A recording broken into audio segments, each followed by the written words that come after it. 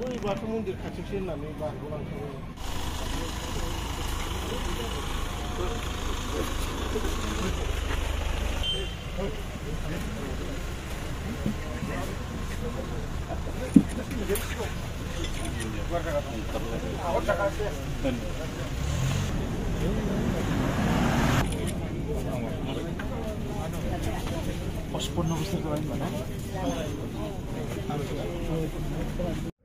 बर' माहारिनिफ्राय असमिया जोबोद मोनसे popular serial बेहरबारि outpost बेवहाय गोबाव सम एक्टिं खालामनानै सारा आसाम नाङैनो बयजोंबो मिथिजानो हानाय मोनसे मोजां मोनसे मुं मोननो हानाय फैलाव बसुमतारिया बावैसो रुंसारि जालांदों आरो बिथांखौ दिनै जों बयबो बिथांनि सारादुनि सानाव बिबार बावनो थाखाय नुजाफैदों।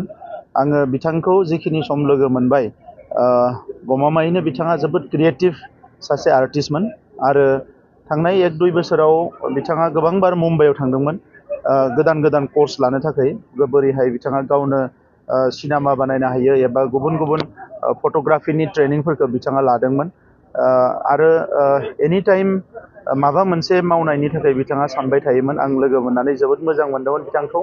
नाथाय अबंलावरिनि साननायखौ रावबो एंगारनो हाया।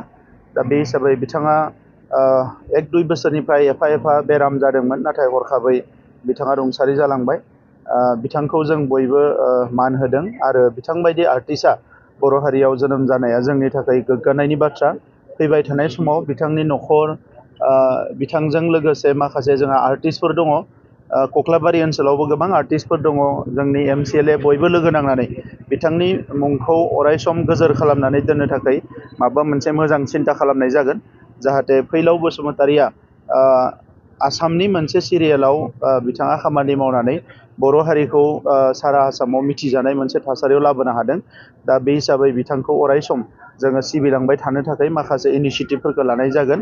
आङो बिथांनि न'खरनि बिथांनि अनजालि बिसि बिथांनि अनजालु फिसाला बिहामजो आरो जेसेबां सोद्रोमा दङ बिदा दङ बिबाजै दङ गासैनिसिमबो आंनि गोसो गोरबोनिफ्राय अननाय आरो सिबिनायखौ आङो बावहरदों। न'खरनि रायलायगोन बेखौ आङो दिनै बिथांमोनजों रायलायदों। दिनै सारादुआ जोबलांथों बिनि उनाव बिथांनि परियाल आरो जों गासैबो रायलायनानै बिथांनि न'खरा जाहाथे फैलाव बसुमतारिया रुंसारि जानायनि उनाव जेबो उसुबिदा जाया बिनि थाखाय जोङो बिथांमोनजों माबायदि मदद होनो हायो बेखौ जों सावरायगोन। माबा मोनसे बिमुं होनायनि राहा लागोन नामा? बेखौबो आङो बिथांमोननो दायित्व होदों मानोना जोंहा गोबां आर्टिस्टफोर दङ। बिथांमोना दा सावरायगोन जयै सावरायनानै बिथांमोना जेखौ प्रप'ज खालामो बेखौनो जोङो सरकारनिफ्रायबो जोङो मावनो थाखाय रेडि आरो एज ए हल समाज हिसाबैबो जोङो मावनो थाखाय बेखौ रेडि।